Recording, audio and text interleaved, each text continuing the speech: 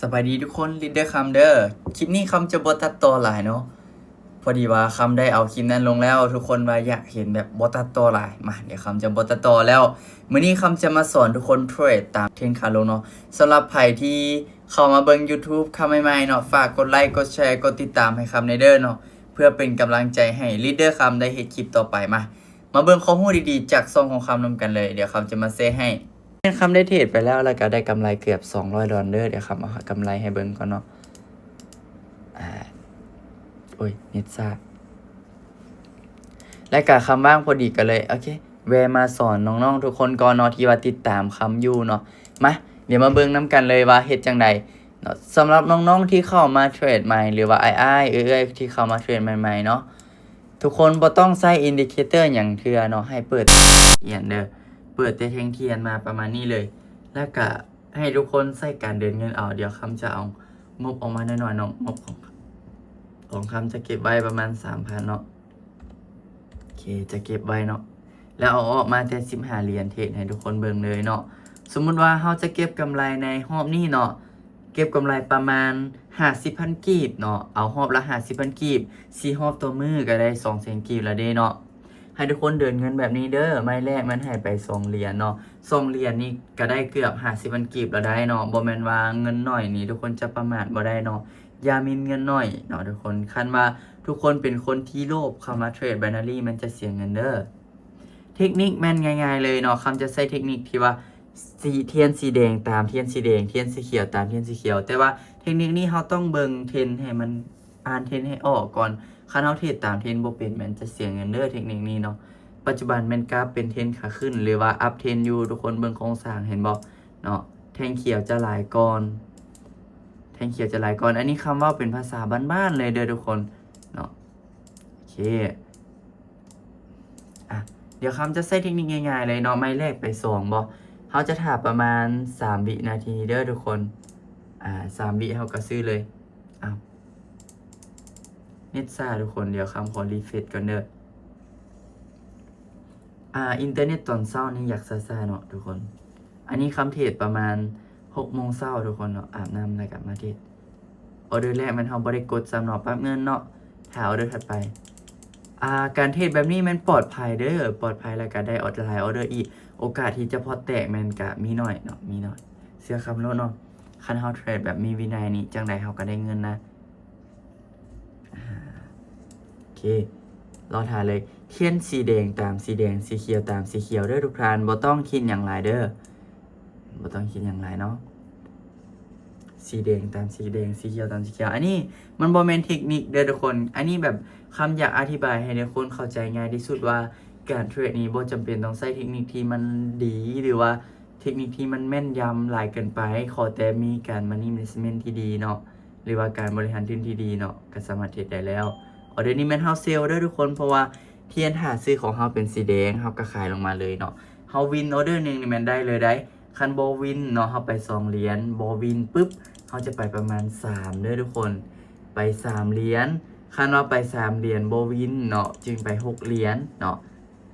ประมาณนี้แต่ว่าออเดอร์นี้ลงงามๆเลยเห็นบอกสีแดงตามสีแดงเด้อทุกคนเทคนิคบ่ได้ยากเลยเนาะง่ายที่สุดไผๆก็สามารถเรียนได้โอเควินเนาะเฮาวินมาได้ 3.9 มันบอกงบของเฮาตอนนี้ก็ขึ้นมา 16.9 บัดนี้เฮาไป2 เหรียญคือเก่าเด้อเฮาได้กำไรเนาะประมาณนี้คำก็อยากเทรดเสียให้ทุกคนเบิ่งเนาะเพราะว่าทุกคนจะได้รู้ว่าเวลาเสียแล้วเราจะทำมือแนวใดเนาะคำก็อยากให้ทุกคนรู้ที่แท้เนาะโอเคเป็นสีเขียวเนาะซื้อเลยทุกคนแทงทาซื้อเป็นสีเขียวเดี๋ยวเขาซื้อเนาะแล้วออเดอร์ที่เขาจะได้มันออเดอร์ถัดไปพุ่นทุกคนออเดอร์นี้พี่เนาะขึ้นแล้วเนาะแบบนี้เลยเนาะถ้าว่าทุกคนอยากใส่เทคนิคที่คำใส่นี่แมน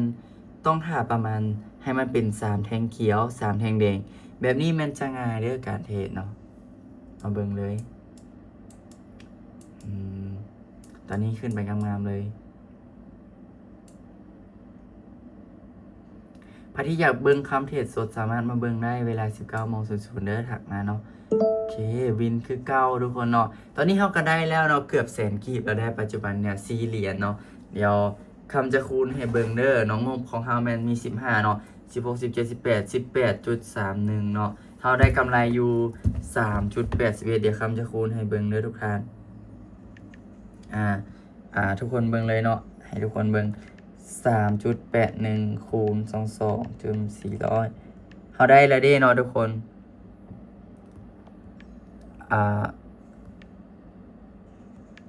92,000 กีบเนาะเกือบแสนแล้วบ่หาเงินหน่อยเดียวเห็นบ่ทุกคนเห็นบ่เดี๋ยวนี้เขาบ่ได้ออกเนาะมาฝากเงินไปต่อเลยคันว่าเสียเขากะคูณเงินขึ้นไปเทื่อละ1เหรียญแบบนี้ทุกคนเนาะการเดินเงินมันจะเป็นแบบนี้ส่วนวิดีโอการวางแผนแม่นคำจะส่งไว้ให้ลิงก์ด้านลงคอมเมนต์นี้เด้อทุกคนเด้ออันนี้เป็นห้องเทศของคำเด้อรีวิวให้เบิ่งบ่โอ้ยคือตาเขียวเลย มาลุยต่อทุกคนหาเบิงเทียนให้มันเป็นเทียนใหญ่ๆในกระไดเด้อคันเทียนน้อยแล้วแม่นคำบ่อยากให้ออกปานใดแทงหาออเดอร์น้อยน่ะ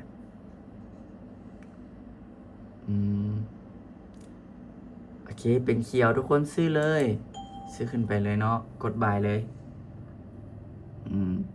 กดบายเลยแบบนี้นะเดี๋ยวมาเบิ่งเนาะคันว่าเสียแล้วคำจะได้บริหารกันให้ทุกคนเบิ่งยาวๆทุกคน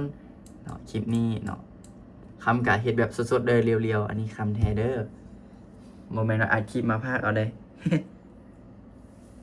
มาเบิ่งเนาะว่าจะขึ้นได้บ่ขึ้นยากๆเด้อโซนี้เพราะว่าติดฐานหน่อยนึงเนาะติดโซนี้ทุกคนเนาะมันเคยกลับตัวลงเด้เนาะตัวนี้เขาจะทะลุขึ้นไปได้วินอีกแล้วทุกคนเห็นบ่งามๆเลยตอนนี้เขาวินมา3ออเดอร์เนาะวินมา3ออเดอร์เขาได้กำไรอยู่20เหรียญพอดีแสดงว่าเขาได้5เหรียญประมาณ100,000 กีบทุกคนเห็นบ่หาเงินแป๊บนึงแล้วก็ได้100,000 กีบเนาะแต่ว่ามันบ่เสียทุกคนคันมันเสียเดี๋ยวคำจะไปอีกเนาะเพื่อมันเสียแล้วคำจะบริหารเงินให้เบิ่งเนาะซื้อตืมเนาะอยากเฮ็ดเสียนี่มันขึ้นยากแท้เนาะ